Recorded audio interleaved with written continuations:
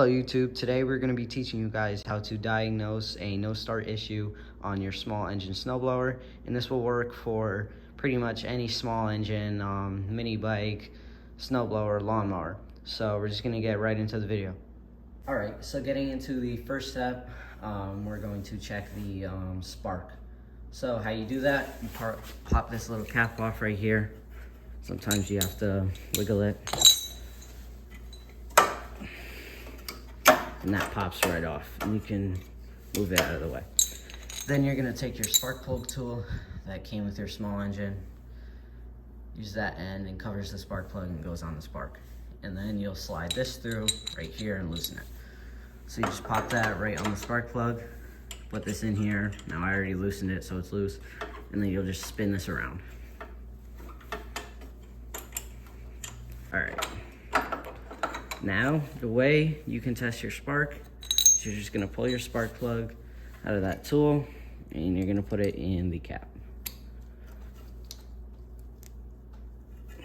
And once you hear it click, I need to push it a little farther. Yep, there you go. Once it's fitted in there, as you see, you can't see the socket part in it anymore.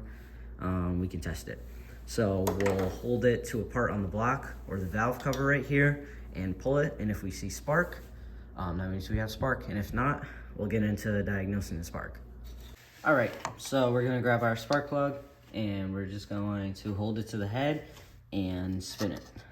And you guys will be able to see the spark in there.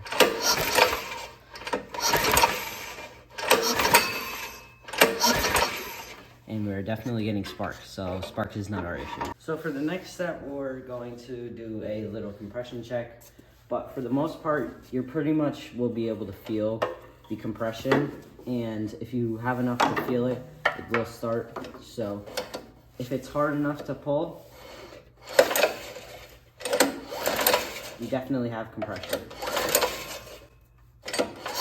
But if it's easily spinning over with the spark plug in, and you feel absolutely no resistance, then you have no compression, and that will be a piston ring issue or more stuff internally of the engine. So another way we can check our compression is pop this pull start off with the 3 bolts that go right here and spin our motor. If you feel resistance right there, as you see, definitely has enough compression. So now compression and spark is checked off our list. We are going to tear into the fuel system. So that consists of the fuel line, the carburetor, and the gas tank. So we're gonna make sure there is fuel in the gas tank, obviously, which should be your first step when you're trying to start this. But we're gonna take off the carburetor, inspect the fuel lines, and go from there. So we're gonna do that by taking these 2 airbox bolts off. We already took those off. And then on this specific model, we have 2 bolts on the top as well that we're gonna take off right up here.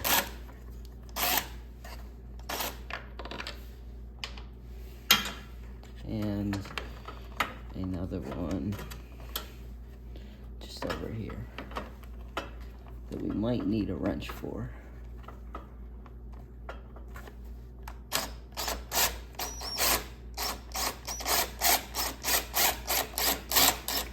So after those 2 bolts are off, we can pop this whole assembly off. So now that we have the airbox off, we can pop the carburetor off by just pulling these linkages off right here, which one is just a spring, and then the other one you can just pull out.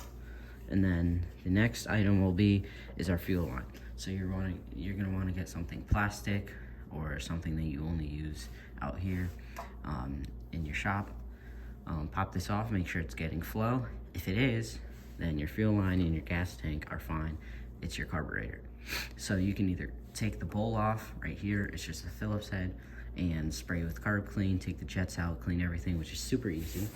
Or you can get a carb kit for about $20. It comes with this, it comes with all of your gaskets. All of your gaskets right here. It comes with a fuel on-off switch, which I really like because when you put the put the snowblower away for the summer. You can shut the fuel off. Comes with a new primer button. Comes with new fuel line, and it will also come with fuel line clips. So swap your carburetor over. If it's that, clean the carb. Figure out if it's your fuel line. If not, then that's all your fuel right there.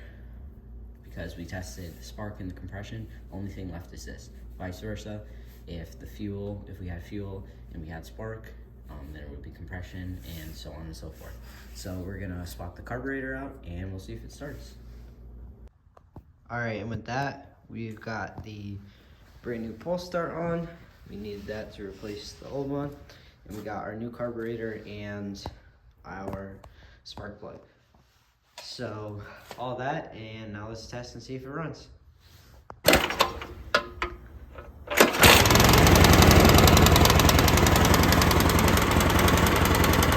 That's all for today. Please leave a comment and subscribe. Leave a comment if you have any other problems with your snowblower that I didn't cover in this video, and I can leave a comment or make a YouTube video.